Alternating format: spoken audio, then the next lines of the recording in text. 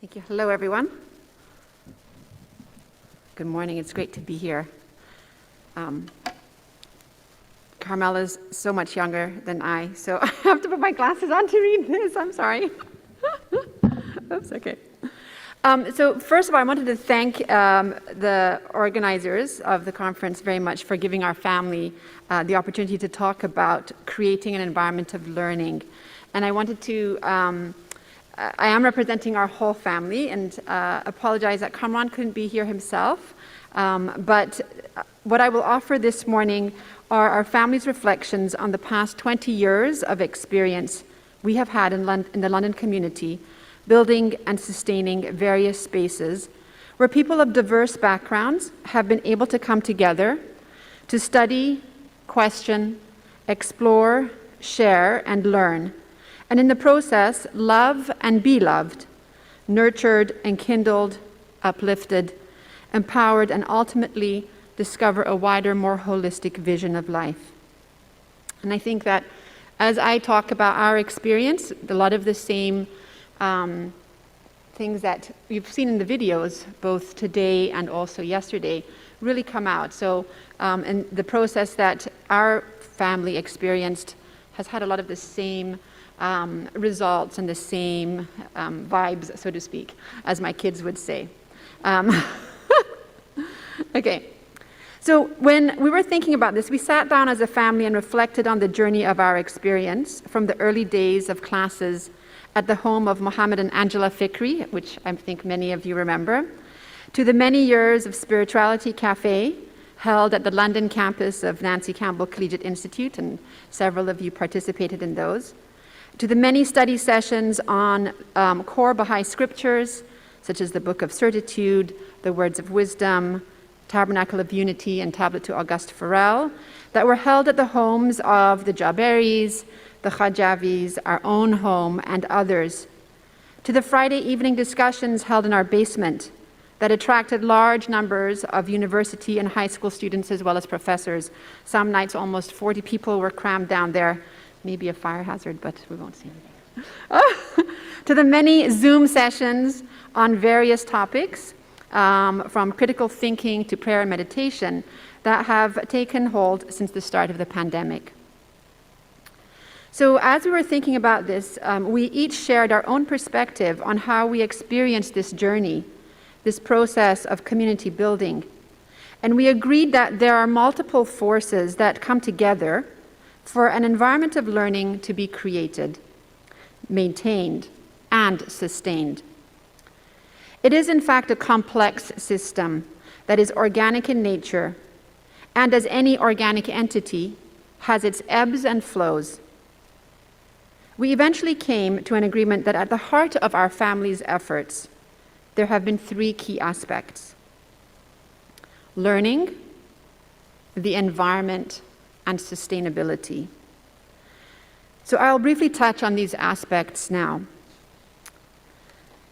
With regard to learning, when participants walk away from each session thinking, I have learned something new that has changed my life or altered my thinking, they will always come back for more. Because as Leonardo da Vinci is quoted to have said, learning never exhausts the mind. For this learning to happen, materials were created and discussions were facilitated to open up the mysteries of the scriptures to participants, to connect spiritual ideas to scientific concepts, to provide a glimpse into how to see life and the universe with the eye of oneness, to help participants learn about learning, understand how to be critical thinkers, and to question their own mental schemas. For our family and our circumstances, the demographic that we connected with most frequently was university students and professors. They are often enamored by or disillusioned with the promises made by the various isms in recent history. Scientism and the idea that technological progress will solve all of humanity's problems. Liberalism, capitalism, and its promise of the generation of wealth and prosperity, individualism, fundamentalism, collectivism, and others. Through the materials and discussions we've hosted, participants have come to recognize the gaps or weaknesses in each of these ideologies and to question their soundness.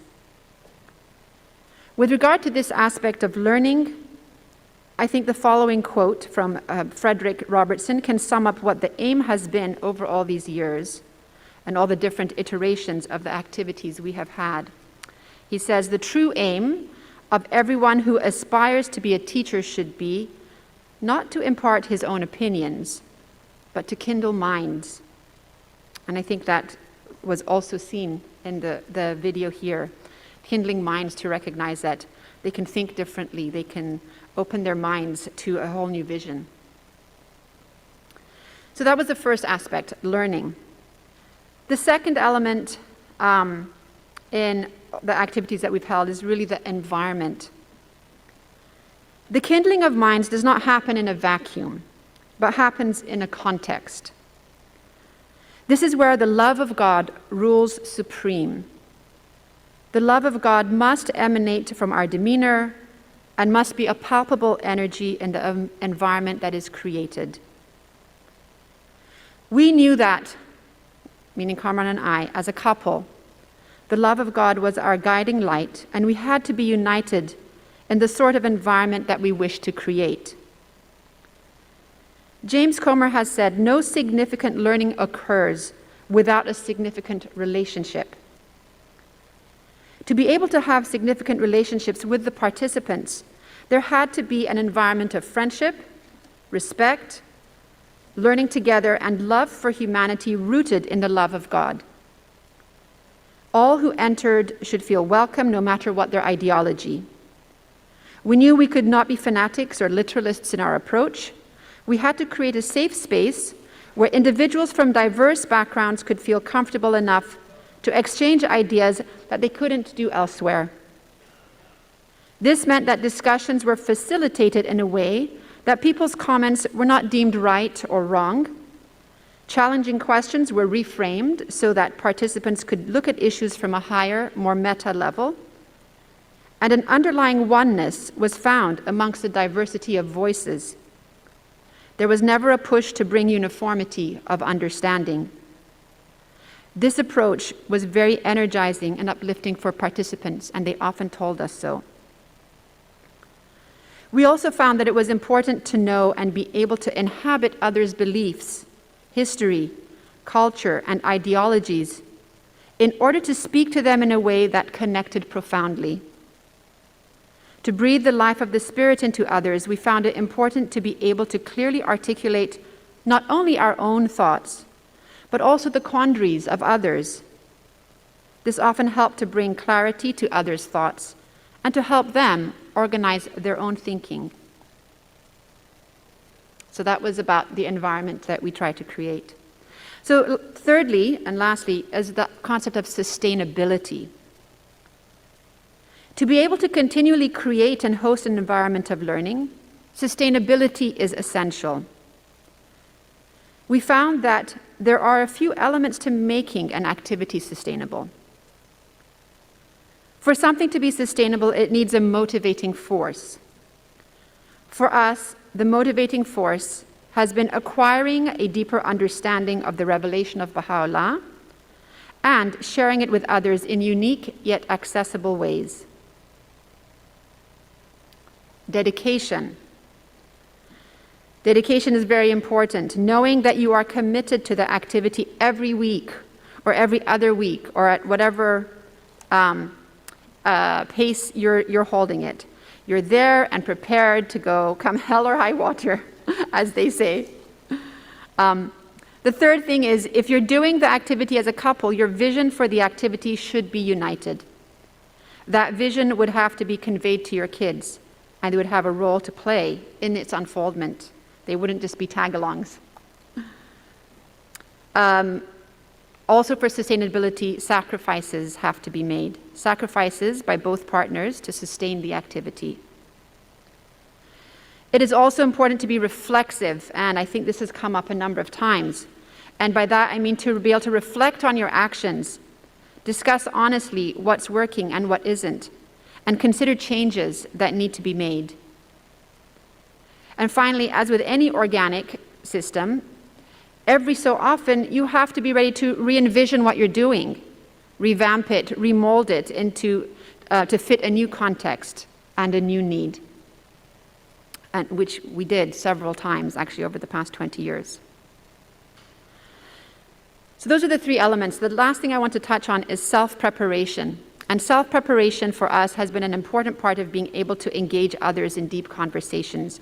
And what I mean by that is we have spent time as a family understanding a diversity of perspectives, peoples, and lives. Have spent time better understanding ourselves. Thus we can see ourselves in others, in their questions and in their struggles. This in turn helps to build a sense of community and belonging for the participants. We've spent lots of time trying to gain depth of understanding in the scriptures of all faiths, whether Christian, Muslim, Jewish, Buddhist, and I've also taken time to understand the agnostic and atheistic positions as well. So as you can see, all this takes time and effort.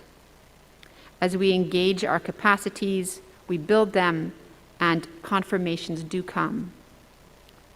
I want to close with an excerpt from Exhortations of Abdu'l-Baha, the exemplar of how we should live our lives, on what it takes for a person who wishes to create an environment of learning to be able to do so successfully.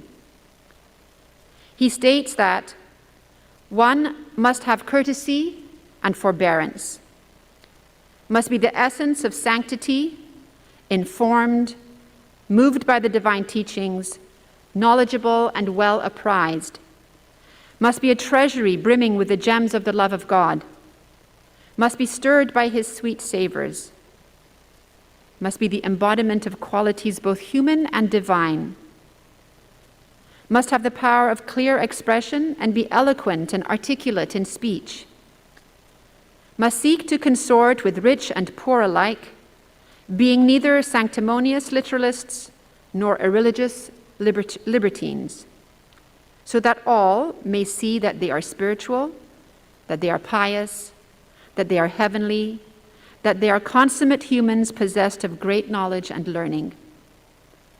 They must observe and investigate others to determine in what capacity and along what lines they work, what opinions they have, what beliefs they cling to, and then speak to these souls accordingly. Thank you.